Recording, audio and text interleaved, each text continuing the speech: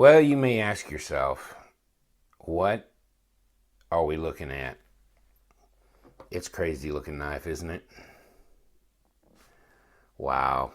Brous Blades. And this designer just looks so familiar. Um, his name is Elijah Isham. He designed this knife in collaboration with Brous. And it's an incredible knife. I think this is one of those knives that evokes a lot of comment. It's either you love it or you hate it and you think it makes no sense at all. I love it, actually. And I know it makes no sense, but it's okay because it's an exercise in design, in craftsmanship, in artistry. It's just got it all going on, doesn't it? There's a lot of stuff going on with this knife. There really is. It's a flipper. And it's a numbered edition. It's 150 of 250. So, Brous always, it seems like all their knives are numbered. And of course, this is a satin blade. They have stonewash. They have this knife also in blackout. So, if you're going to do 250, that would make like 750 knives in the run, I would think. So, something like that. In any case, I just couldn't resist. I saw this on online somewhere, piqued my interest, and I go, wow, that design is so radical. And then I read up on it even more and found out that this is Isham that did this. And I'm going, okay, now he's the one that did the Megatherium for Kaiser. He's the one that's teaming up with WE Knives now. What a knife. 4.2 inches supposedly and about 9 inches overall. I measured it and it was 4 inches to here from the tip of the blade and not quite, about an eighth shy of 9 inches overall. You've got an insert, hardened steel insert, and this is D2 blade steel, which is no big surprise, right?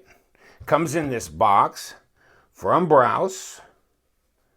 Cool. I like this packaging. This is cool. It's always nice to have something that is durable to put your knife in, other than just a cheap old, collapsible box. Just saying. Of course, they ain't giving these away, but okay. It's the Raven. It's 150 of 250. Titanium. D2 tool steel. And they give you the tool. So that's, heck, they keep up in their game like this, they'll almost be as good as WE Knives. That's just a dig. That's a dig. No, WE Knives doesn't give you something like this. This is pretty cool. This is pretty cool. And it seems like all their knives come in this, and I really love it.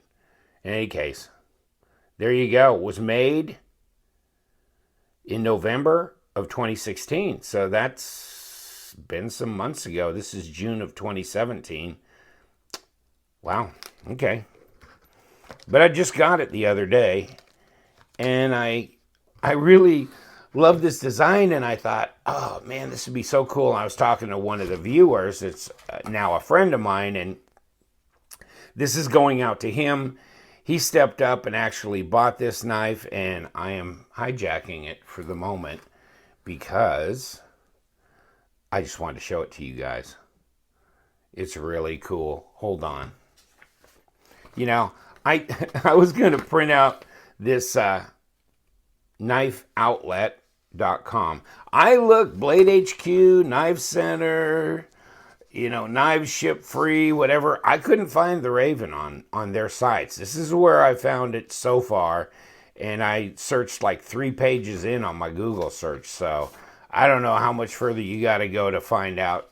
There might be some more obscure places online that have this. $364.95 is their price.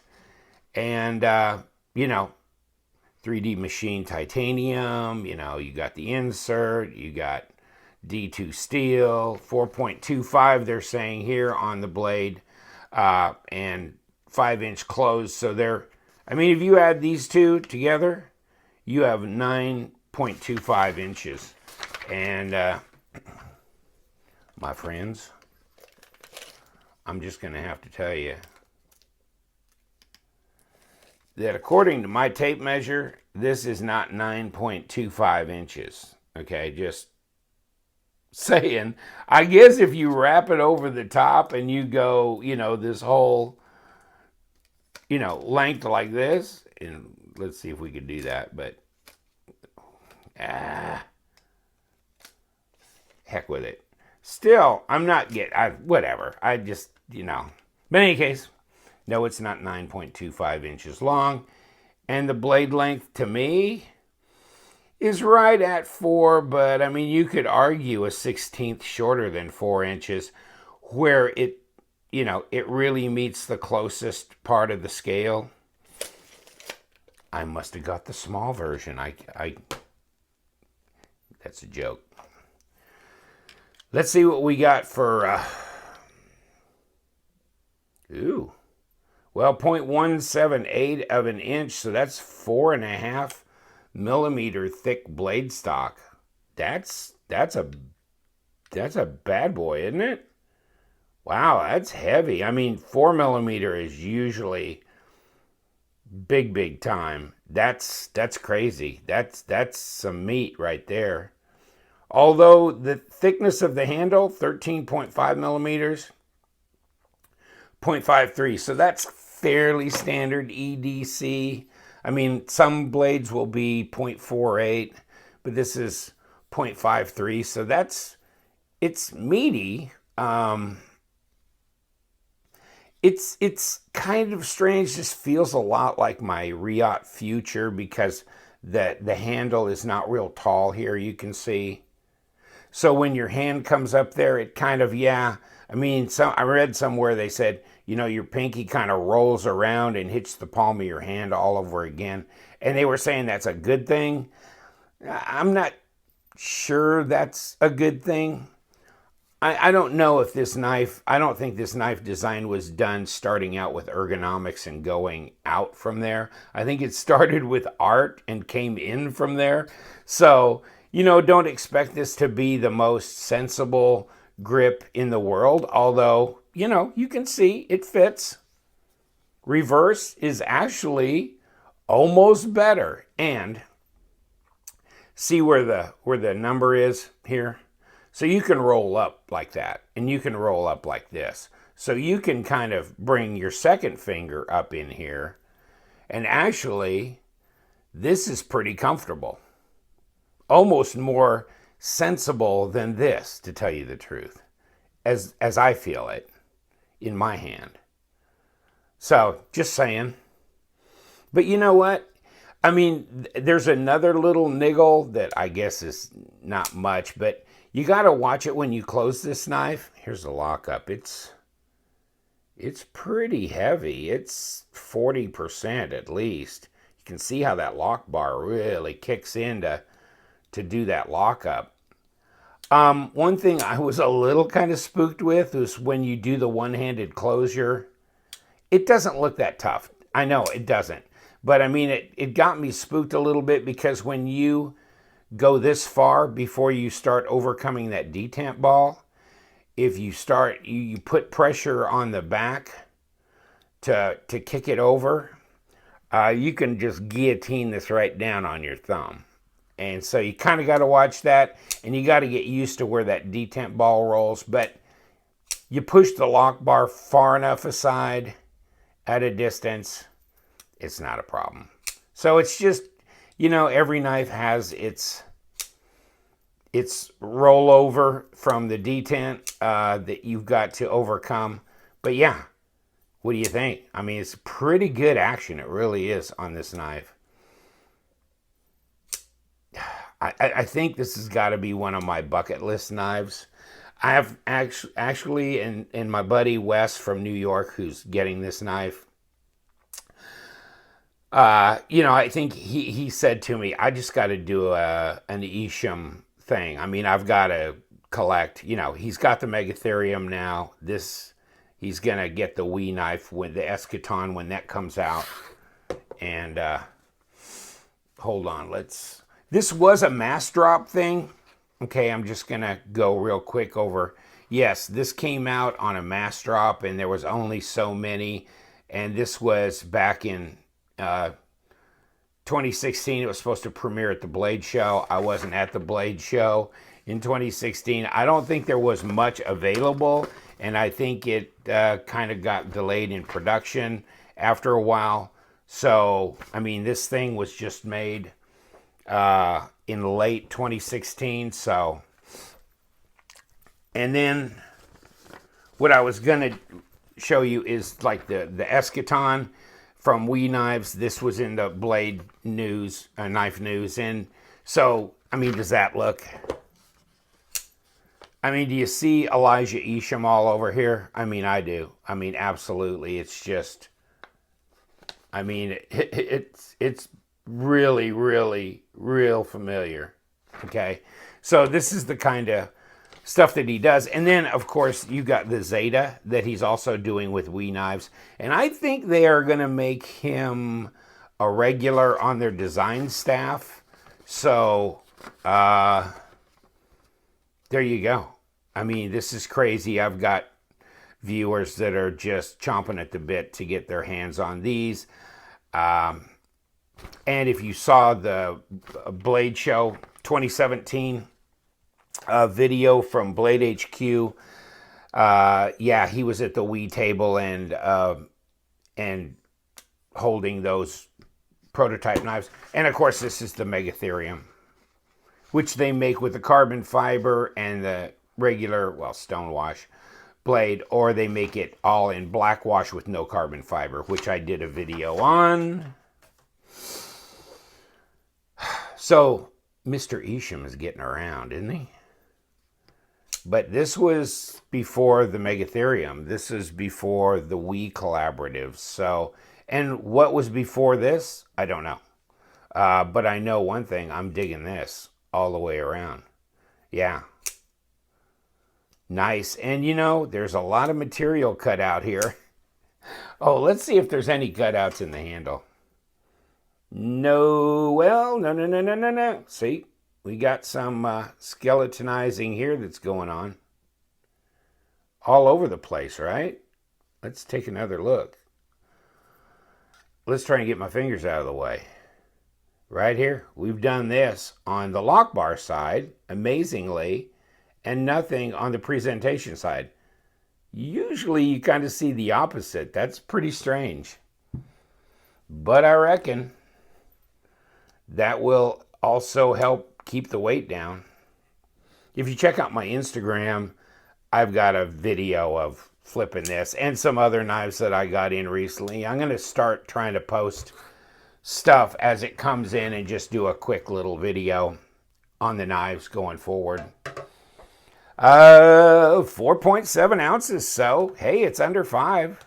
Really carryable for 134 grams. Very carryable for a 9-inch knife. That's not quite 9 inches according to my tape, but then again, if you follow the coastline here, it probably is over 9. Or the underside. But, wow. Nice action, Beautiful design. Not very heavy. Not extremely practical. But this knife, at that price, it's, over $350. Yeah, this is going to be one that's going to be, your show-off carry, your bragging rights, or your, yes, display, because it's art. It's craftsmanship. It's both. And, you've got actual real jimping. here. You've got a little bit of a raised area here on this scale to do to disengage the lock bar. Wow, what a knife, huh? D2 steel. You think Jason makes a knife that's sharp? I think so. I think so. D2, and you know, you've got little curly cues coming off of here. Yes, so it's a sharp knife. Pretty knife.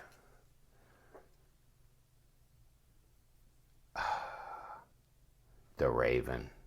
Wow.